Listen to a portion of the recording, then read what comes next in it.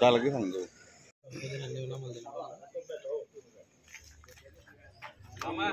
मामा एक मिनिट